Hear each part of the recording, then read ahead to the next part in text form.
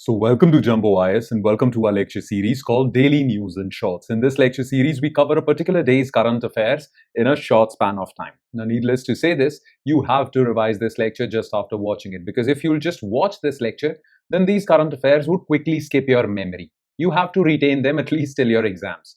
Therefore, revision is extremely important. Now, you can revise these current affairs from the notes provided by us, and these notes shall be shared on our Telegram channel. The link to our Telegram channel is provided in the comment section just below this video. Alright then, let's begin today's discussion. But first, let's take a look at the list of topics that we shall cover today. So let's begin. So daily current affairs, 9th of January, it's Friday, and here is the topics list. So number one on this list is 500% tariffs for India by USA, because recently US lawmakers have approved a bill that can allow US President to apply tariffs on India, punitive tariffs on India, up to 500%. Very bad news for India. Then topic number two is an experiment of ISRO called Dust Experiment, okay, DEX. So what is this experiment? What is it going to measure? Interplanetary dust particles, basically. So we'll talk about this. Then topic number three is Spina Bifida defect. This happens during pregnancy, and the people who suffer from this defect are the babies that are born during that pregnancy. Okay, there are certain causes that cause this defect in babies. Okay, so we'll talk about Spina Bifida defect. And the last topic is related to Bal Vivah Mukt Bharat campaign. This is a campaign launched by a Ministry of Women and Child Development to eradicate child marriage from India by 2030. So what is this campaign? What are the laws that prevent child marriage in India? All of that would be covered in this fourth topic. Okay, so these are the four topics. Topic number one would be related to international relations portion of your UPSC syllabus. Topic number two related to science and technology. And topic number three also related to science and technology portion of your UPSC syllabus. And topic number four, policy and society portion of your UPSC syllabus. So these are the four topics that we shall zero in our attention on. So let's start discussing them one by one, starting with topic number one, and that is 500% tariff on India. Now, this is really depressing news, and it's depressing news for those people who were very optimistic about India-US relations, especially with the coming of Donald Trump. Everyone thought, before Donald Trump came to the scene in his second term, everyone thought that this is the golden period of India-US relations. But that is not so. Okay, 2025 has taught us that that was never the case, and it is not going to be the case. Why? Because recently, American lawmakers, especially from the Republican Party, have approved a bill that will allow US President to apply tariffs, punitive tariffs, secondary tariffs on those countries which are still buying oil from Russia, which includes India now also. Okay. Now, the limit up to which US President can apply those tariffs is 500%.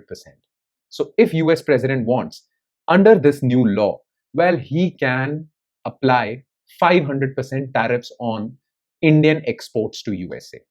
This would basically make American markets dead for Indian exporters. If it goes up to 500%, then that means in American markets for Indian exporters are, well, dead only. Okay, India cannot export anything.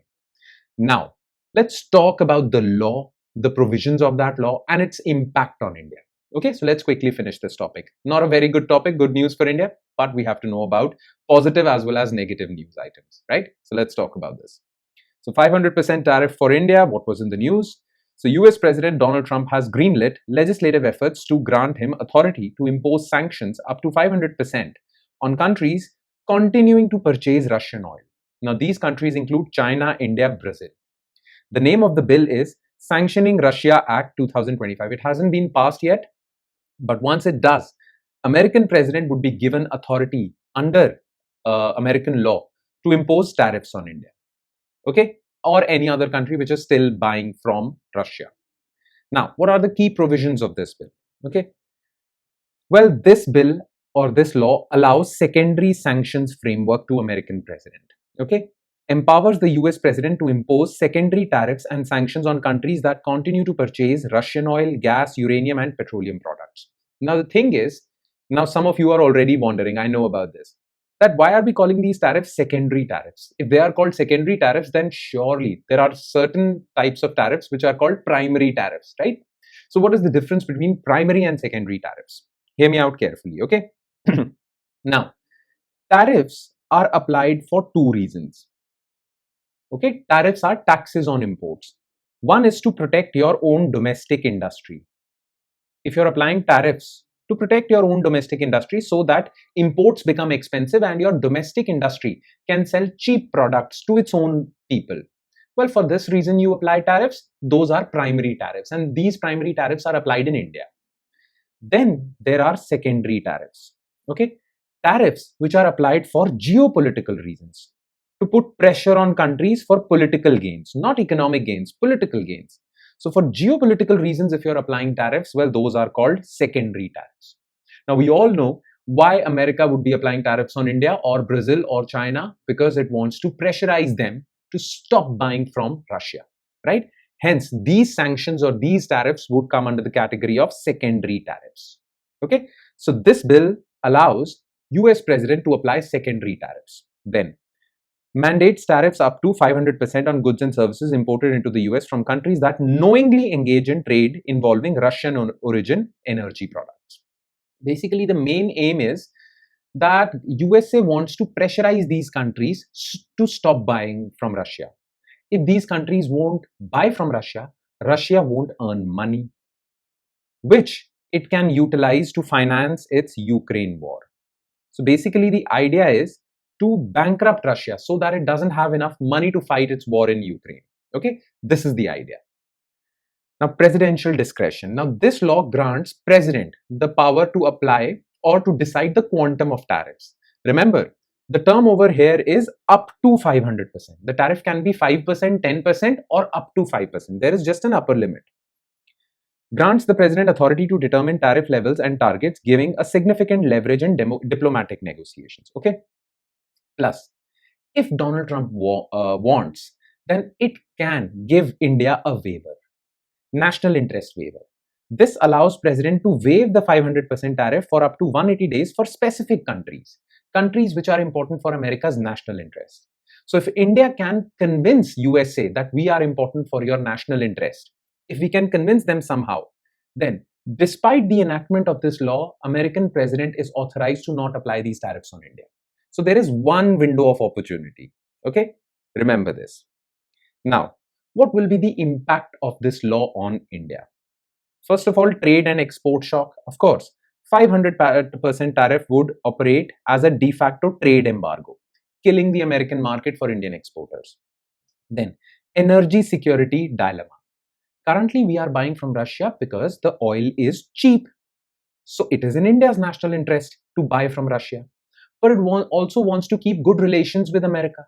So India has to keep this delicate balance and has to choose one. National interest, cheap Russian oil, or relations with India. This is a dilemma that India will find itself in. Then global market distortion. Because if India cannot buy from Russia, if nobody can buy from Russia, there will be an alternative market for Russian oil, alternative market for Gulf oil. So the oil market, which is currently unified, would be fragmented. You understand? So this would cause distortion. And then India's strategic autonomy would be hampered. Because up till now, India was able to balance its relations with Moscow as well as Washington. But now it has to choose one. And this would harm our strategic autonomy. We take pride in the fact that we take geopolitical decisions based on India's national interests. Now, with these tariffs, we won't be able to do so. Let's see what happens. Okay? But this is sad news for India, geopolitically. All right then. Now let's move on to next news item, and that is dust experiment of ISRO, DEX. Now, what is this dust experiment?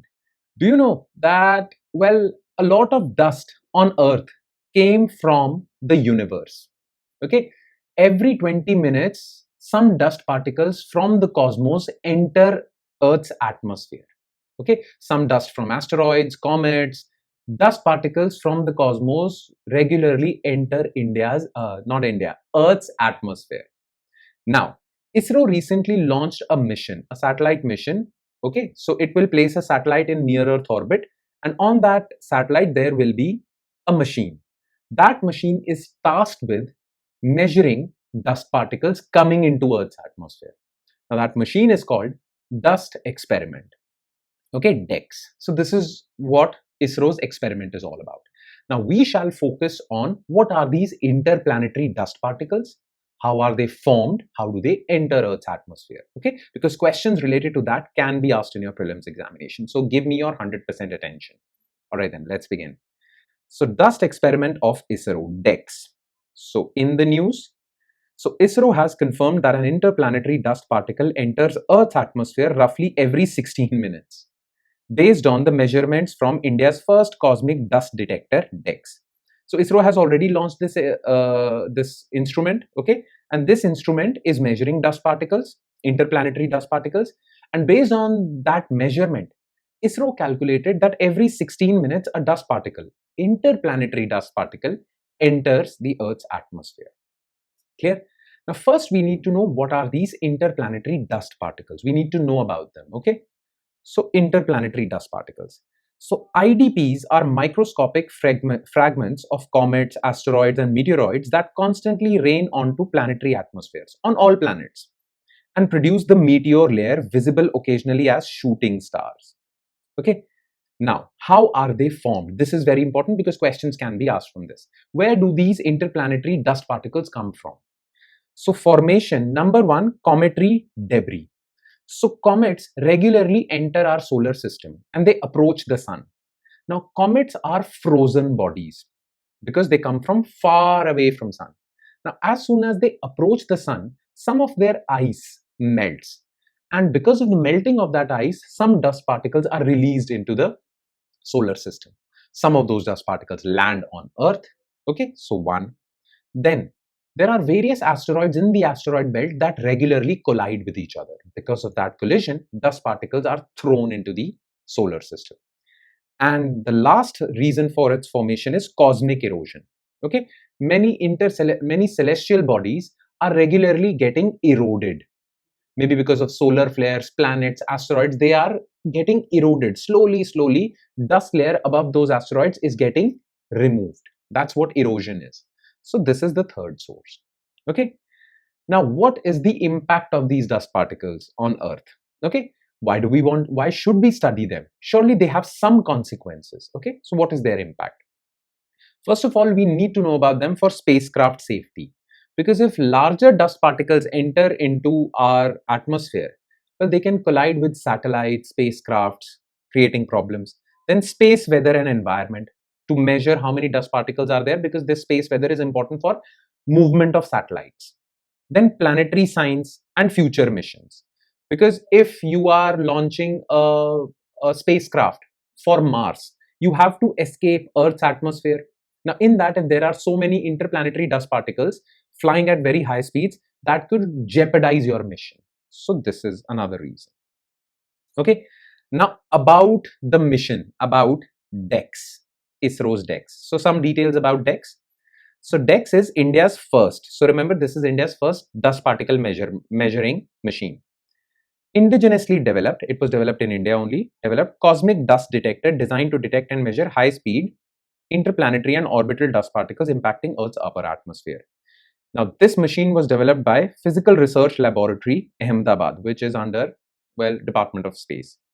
And this machine was taken to the space through PSLV Orbital Experimental Module, which was aboard PSLV C-58 rocket. The name of the mission was ExpoSat mission, a satellite. The purpose is to directly measure cosmic dust flux in Earth's atmosphere, generate mission critical data for space environment monitoring and satellite safety, and future crew deep space missions. If you're going to launch astronauts into the space, you need to take care of their safety. And too many dust particles can jeopardize that. Therefore, its measurement, detection, early warning systems should be put in place.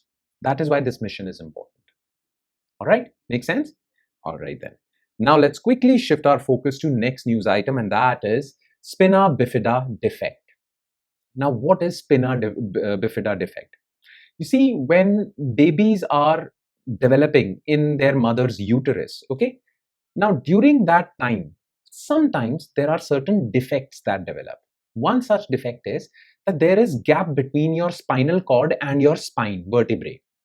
Now that gap can create neurological defects. Okay. Now this defect is known as Spina Bifida defect. It is a very bad defect, can lead to paralysis also. So the baby is born and he or she quickly develops paralysis, and their entire life is, well, they have to live their entire life with a disability. Okay, but this disability develops in the womb only. Okay, during the natal period, within the womb, right? Now, the thing is that Spina Bifida defect, if we talk about all the other countries, the highest burden of Spina Bifida defect is in India. Okay, it is in India. And this is really sad news because yes, Spina Bifida defect happens in USA also, in developed countries also. But maximum number of cases come from India. Now, do you know that Spina Bifida defect can be prevented if women are given folic acid tablets just before they conceive? With enough folic acid supplementation, well, you can prevent this defect from developing. But in India, institutional deliveries are still not up to the mark, and therefore many females do not get institutional hospital care, access to doctors. And that is why they're not given folic acid tablets regularly. And that is why there is this high burden of this defect in India. Right? So let's talk about this defect, its treatment, and its prevention. Folic acid tablets, right? So let's talk about this.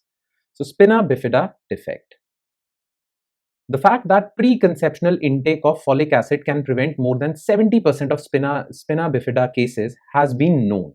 Yet, India is one of the few countries where no meaningful efforts have been made to create awareness, making it home to one of the highest prevalent rates of this condition. Okay, India has a very high burden of this disease. And this disease can be prevented with preconception folic acid tablets. We know this fact. But because government has not taken active efforts in this direction, many females do not take these tablets, folic acid supplementation. That is why India has one of the highest burden of this defect. Now, about Spina Bifida defect, well, it is a congenital neural tube defect that occurs when a fetus's spine and spinal cord do not close completely. There is a gap between them during early development. Typically, that development happens in the first 28 days of pregnancy. So in the first 28 days of the pregnancy, you get to know whether this baby will develop Spina Bifida defect or not. Now, what are the causes? So these 4 are causes. Why does Spina Bifida defect happen? So for number 1, folate deficiency. Low levels of folic acid before and during early pregnancy are the primary risk factor. This is reason number 1. Number 2, medical conditions. Poorly controlled maternal diabetes and obesity. So obesity and diabetes in mothers can cause this. Then medications. Certain anti-seizure drugs such as valproic acid are linked to higher rates of this defect. If the mother is already on a certain kind of medication, some medicines will cause this defect. And last cause is hyperthermia. Exposure to high temperatures, fever, saunas, hot tubes early in pregnancy.